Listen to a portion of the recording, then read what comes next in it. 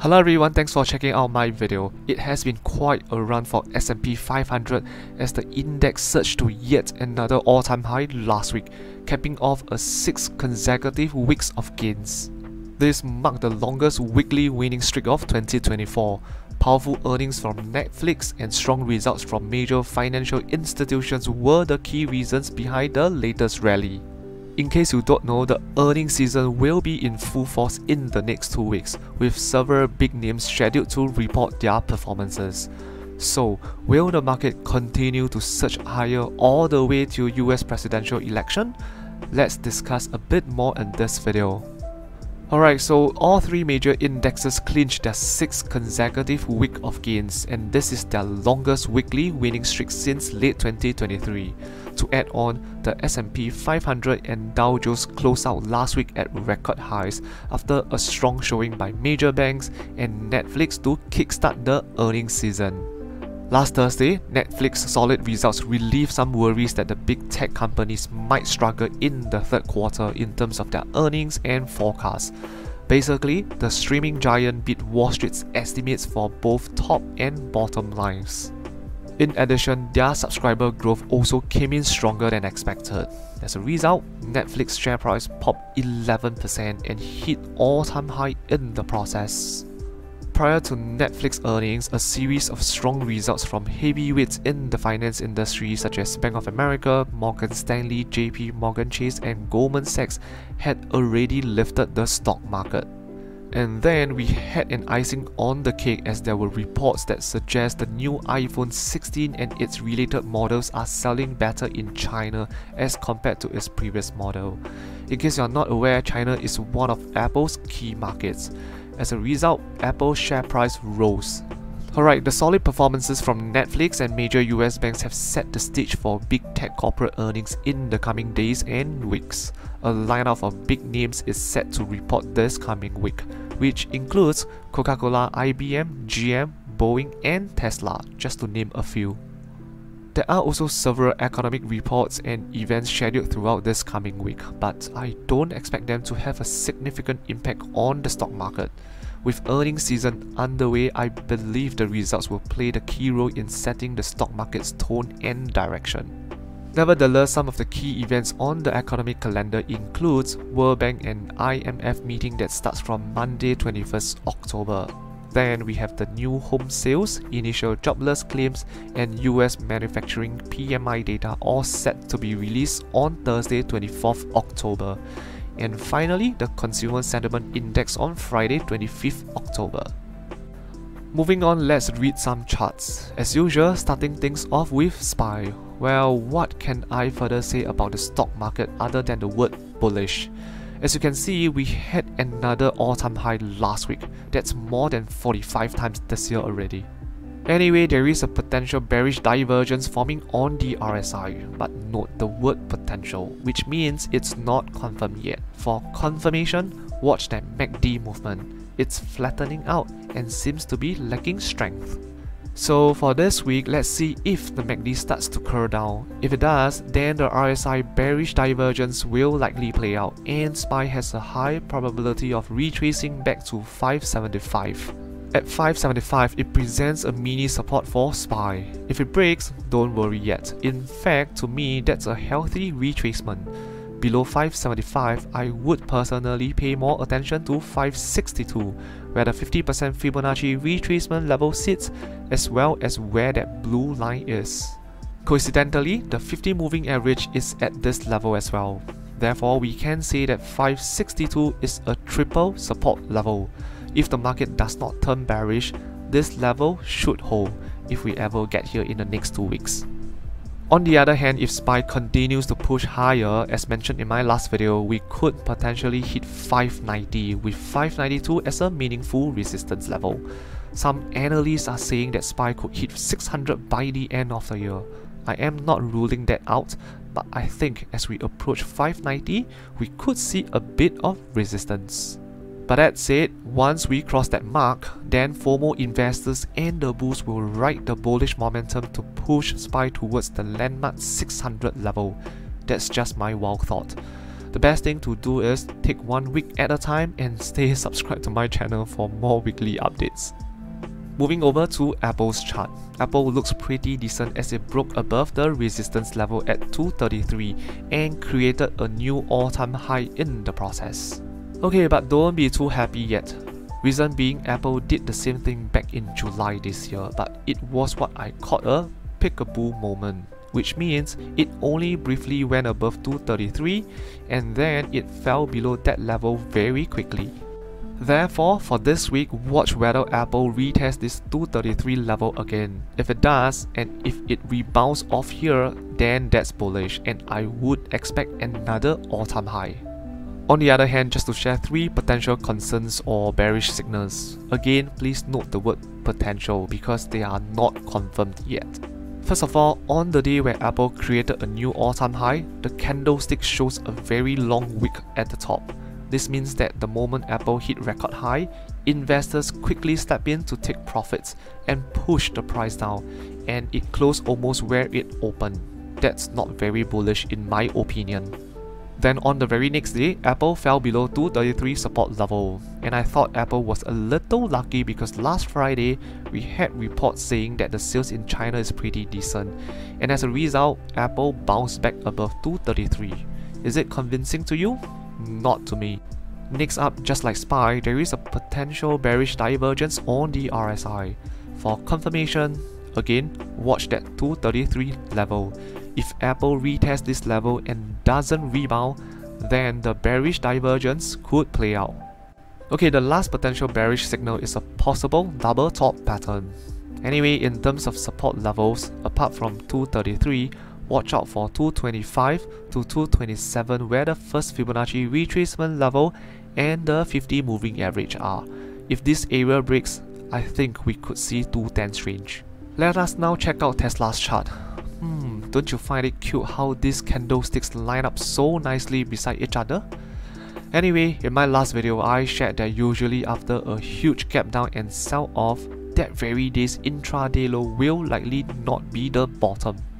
Well, we did create another new low on the next trading day, but it's not the kind of bottom we saw in the previous occasions, where the stock price continued to plunge further.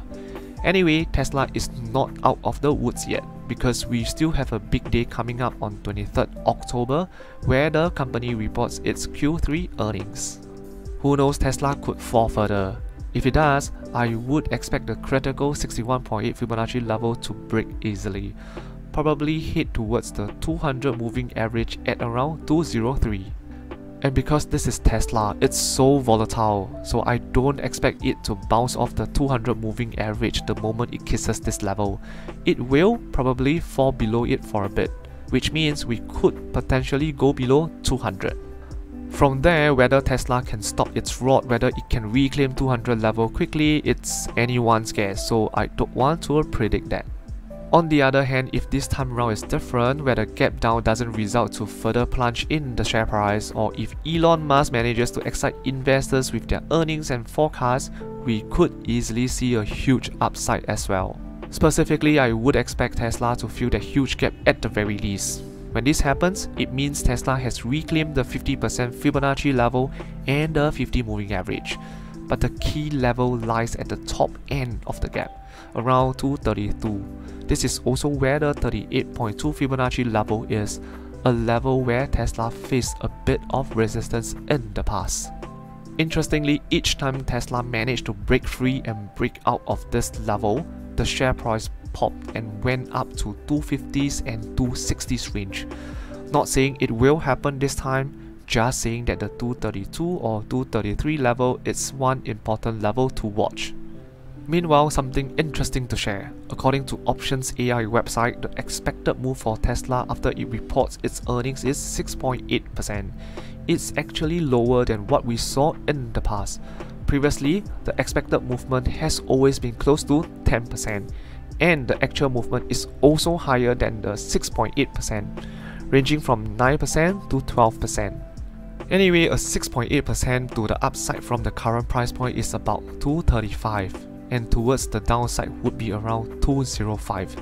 So yup, with this, I think investors can expect to see Tesla either at high 230s range to 240s range or low 200s by the end of this coming week.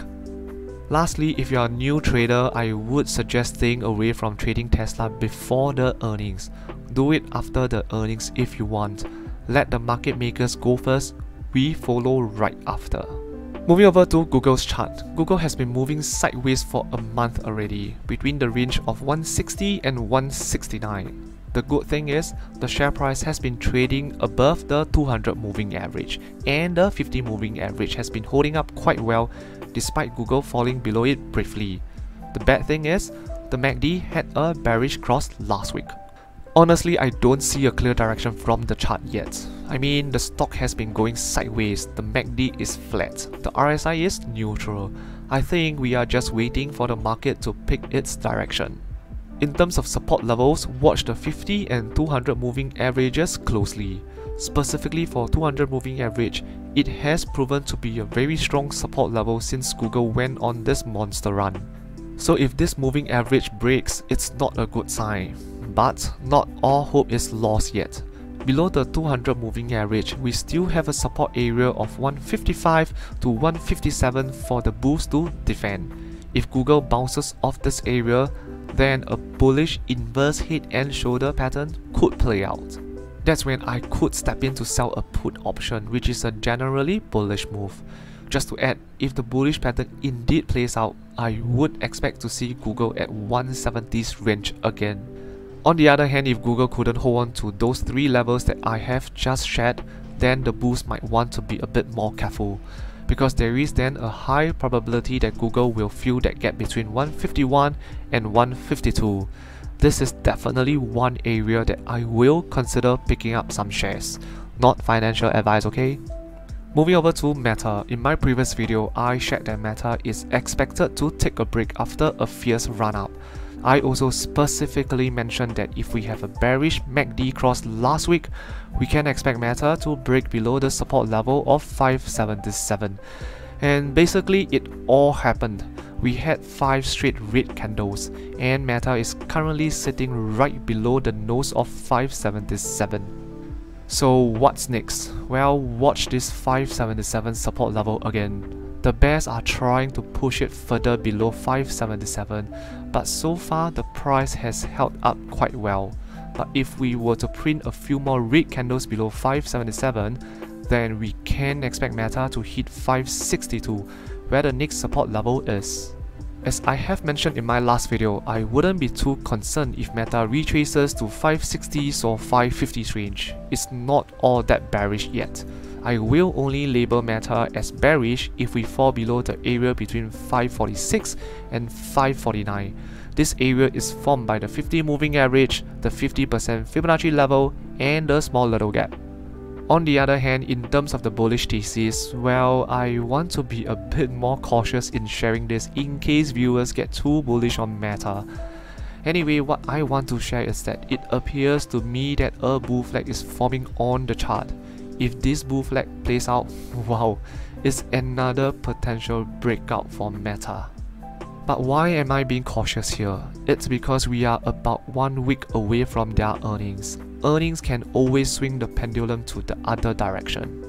Nevertheless, just watch this bull flag closely, watch the 577 support level, and watch the all-time high at around 603.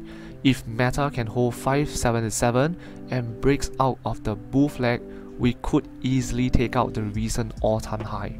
Let's now jump over to Microsoft. Microsoft is in a tricky situation. The share price has been floating around the 50 and 200 moving averages, as well as near the blue up trend line. At this moment, it doesn't have a clear direction yet. Okay, in terms of the bearish thesis, it actually tested the blue trend line on a few occasions last week, trying to get above it, but it got rejected.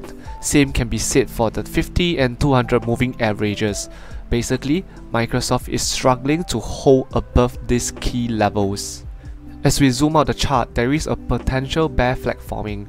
If we were to break down from the bear flag, I think we can expect Microsoft to hit 406 at the very least.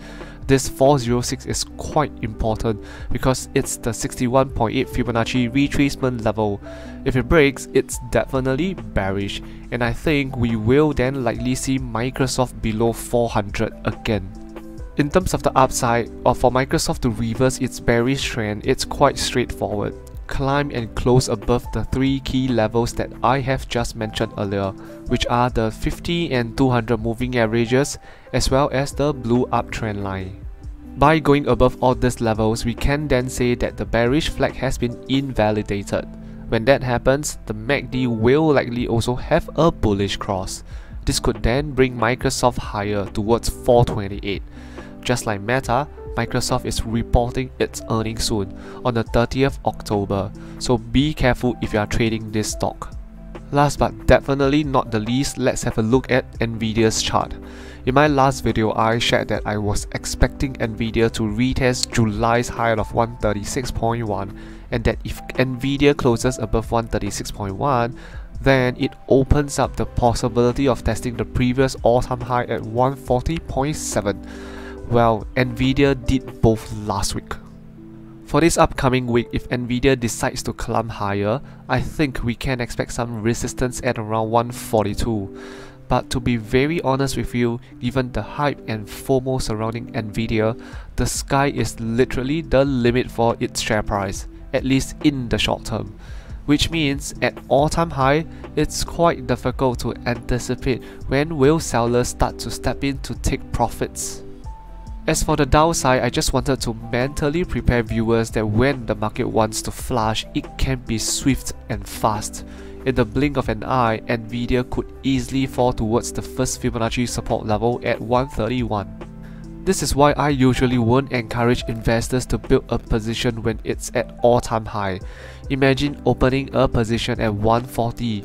A 9 points drop to 131 is equivalent to about 6.5% decline. Just to add on, there is a potential bearish divergence forming on the RSI. If that plays out, then the odds of Nvidia hitting 131 is even higher. Anyway, as you can see on the screen, we do have a number of Fibonacci retracement levels acting as support if Nvidia decides to take a break. Personally, I think there is nothing to be worried about so long as Nvidia stays above the blue downtrend line as well as the critical 61.8 Fibonacci level at 116. Let's now check out my option trades. I opened two new positions last week. The first one is this cash secure put on Microsoft that was sold last Monday, 14 October. The strike price is 380 and the contract expires on 22nd November. I actually took a little risk for this trade. In fact, I would say I made a small mistake. So what happened was that last Monday, Microsoft opened the day really strong, and it seemed like it was breaking above the 250 moving averages as well as the blue trend line. MACD was also on the verge of having a bullish cross. So here's the mistake that I made. I did not wait for confirmation. I should have waited another day or two, and guess what? The price got pushed back down during intraday. What didn't help was that the candles for the next few days somehow formed a bear flag, which I had covered earlier in the technical analysis segment. So yep, I am sharing my mistakes so that viewers can learn from it. Also because I don't want to just share all the good stuff and not cover the not so well executed trades. Anyway, not all hope is lost. Remember, I always talk about this phrase about selling an option. You basically don't have to be completely right, you just have to be approximately right as an option seller. In other words, Microsoft can break down all it wants this or next week, but the contract still has some time before it expires, and who knows, it might recover by 22nd November. Just to add, I had selected a strike price that is lower than this strong support level at 385, which means there is still some buffer or protection before my 380 strike price gets breached. The second trade to update is this cash secure put on Tesla that was sold last Tuesday, 15 October. The strike price is 190 and the contract expires on 22nd November as well. This is the third Tesla cash secure put contract with this strike price. The reason for doing so is simply because I don't mind getting aside 100 Tesla shares at this strike price. Anyway, after the sell-off on 11 October post-Robotaxi event, I thought Tesla would fall further. Well, on Monday 14 October, it did briefly create a new low, but it seemed like the bears were lacking strength to push the price further down. Then on Tuesday 15 October, once again the bears couldn't seem to bring Tesla down. And more importantly, for 3 consecutive trading days, Tesla has been floating above the 100 moving average support. That's a slightly positive sign, so I decided to take some risk and sold a cash secured put, which is a slightly bullish move. My thought process was, bears were lacking strength and the next big movement will likely only happen on earnings day, which falls on 23rd October. Therefore, in the next few trading days before the earnings, the trend could be neutral or sideways movement. True enough, Tesla continued to move sideways for the next 3 days, and in case you don't know, by going sideways, it benefits option sellers like me. As you can see, the trade is currently up a little bit right now. Anyway, as mentioned earlier, the movement on earnings day could be very huge, and the direction could go against me. So right now, I have to think through whether I want to take profits before Tesla reports its earnings. The last trade to update is this cash secure put on Google that expired last Friday 18 October. This contract was sold on 6 September with a strike price of 145. The reason why I sold this put option was quite simple. Google has fallen by quite a lot prior to 6 September, more than 17% actually. With that, the RSI was approaching oversold level and Google was hitting the 200 moving average, which is a strong support. This setup was decent for a short-term bounce, and so I stepped in to sell the put contract, which was a slightly bullish move. You can also check out the video linked at the top for more information about this trade. Anyway, the next thing we knew, Google bounced from 140s range to 160s. So on last Friday, which was the expiration date, Google closed above 160 and my contract expired worthless, which means I didn't have to close the position and I got to keep the full premium of about $200 less the transaction fees. Alright, some quick thoughts from me. The upbeat earnings of financial companies and streaming giant Netflix and the general positive economic data have helped push the major 3 indexes higher and higher in recent months. However, there is always this thing that is lingering around, which is stretch valuations. I mean, whichever valuation model you are using, whether is it the Buffett indicator, the mean reversion, or the price to earnings ratio, the market is currently overvalued. With the earnings season going into full force and the US presidential election coming up on 5th November, my take is the stocks could be vulnerable to a pullback. The odds will increase further as the fear and greed index climbs higher in the extreme greed area. Just to quote the principle behind the mean reversion model, what goes up must come down. So yep, pullbacks and retracements should be expected in the coming weeks. It's not a matter of if, but when. But, yes, as usual, there's always a but. Despite the odds of a pullback increases, the S&P 500 or the broader US market may actually continue to rally to more all-time highs from now till the end of the year. In fact, this has been my stance since, mid of this year. I have mentioned a number of times that I am generally bullish about the market for second half of 2024, and so far that has been playing out quite well. Well, then am I contradicting myself? Not really. My intention is just to caution investors on not to chase the FOMO rally, and also to preempt viewers that sell-off can come in the blink of an eye. I mean, we have seen that a few times in the last 2 or 3 months, so I would expect something similar in the next few weeks as well. I don't know about you, but I am standing by my shopping list to pick up discounted shares of solid companies. Okay, before I end this video, just thought of sharing this wild theory. At this point, it seems like the odds of Donald Trump winning the presidential election is rising. I am just thinking, would it be a case where investors are currently pricing in a victory from Trump, whose policies would be more pro-business in terms of taxes and regulations? Could the market trying to front-run the election result? Because typically the market is a bit hesitant before an election, but now we are seeing something different as the stock market looks pretty strong and solid going into the election. So will it end up we get the opposite of what we typically had? In other words, will we get some flash pullbacks after the election result is announced? Anyway, like I said, this is just some wild theory that I have, so take it with a pinch of salt. Meanwhile, what do you think? How will the election affect the stock market? Let me know in the comment section below. With that, I will see you in the next video, and don't forget to tap the like button, alright? Thank you.